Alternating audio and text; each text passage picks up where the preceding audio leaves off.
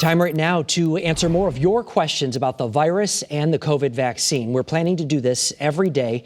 We love hearing from you. You have so many great questions. And joining us this afternoon is Dr. Albert Ko from the Yale School of Public Health. Dr. Ko, thank you very much for joining us again. Thank you very much, Mark, for the invitation. Well, you know, as I said, we get so many questions. I'm sure you do too. So I want to get right to our first one right here. This is from Anna. She said, my friend Nancy and I received our second COVID vaccination on Wednesday, February 10th. Today, each of us have a rash, almost like hives. Could this be a delayed reaction to the vaccine? So thank you for that question, Nancy. And that brings up, and Anna, you know, that brings up an important point that we have seen people who have had delayed reactions, such as these rashes, particularly at the site of the injection.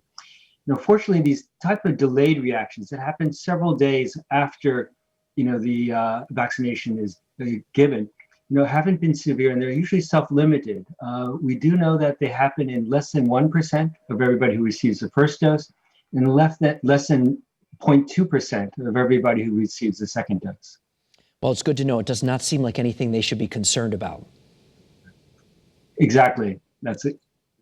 Now, Marianne from Bristol has our next question. She is asking, what if I can't get the second shot within 28 days? And to be honest, doctor, we're hearing this question from a lot of people right now because of the concerns with, you know, how many doses are making it to the States and that kind of thing. So there, you know, a lot of folks want to know about that. Yeah, so that does raise an important point, especially when we think about the logistics of having to roll out this mass vaccination program, not only here in Connecticut, but across the United States.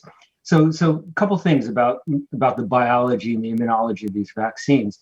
So receiving the second dose, you know, not let's say after 4 weeks or 5 weeks after, rather than 3 or 4 weeks after the first dose, won't change the effectiveness of the vaccine. And actually, we know from many other vaccines that by spacing it out longer, you actually get more robust, you know, immune responses that are protected.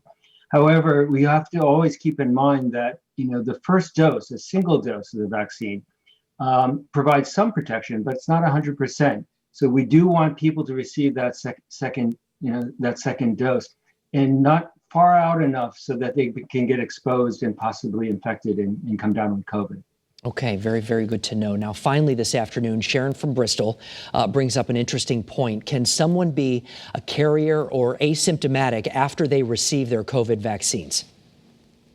Sure. So that's another important question on the minds, not of just the community and the population, but also ourselves as researchers and scientists.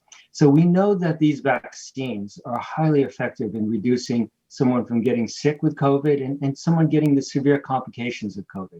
You know, for the Moderna and the Pfizer vaccine, it's over 95% protection.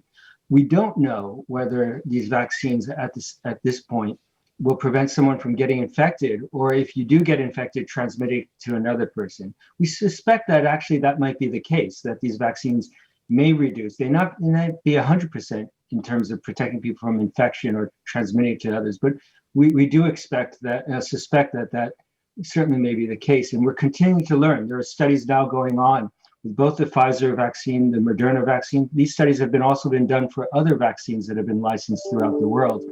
And so, you know, this underlies the importance that we are continuing to learn about how effective these vaccines are. There's more to come, and surely public health officials will be raising, you know, this information to the public. But second of all, until we get that evidence, that we need to really continue the sound public health prevention, where it's using face masks, limiting gathering sizes, and increasing physical distancing or promoting physical distancing to prevent that transmission that may occur even among people who've been vaccinated.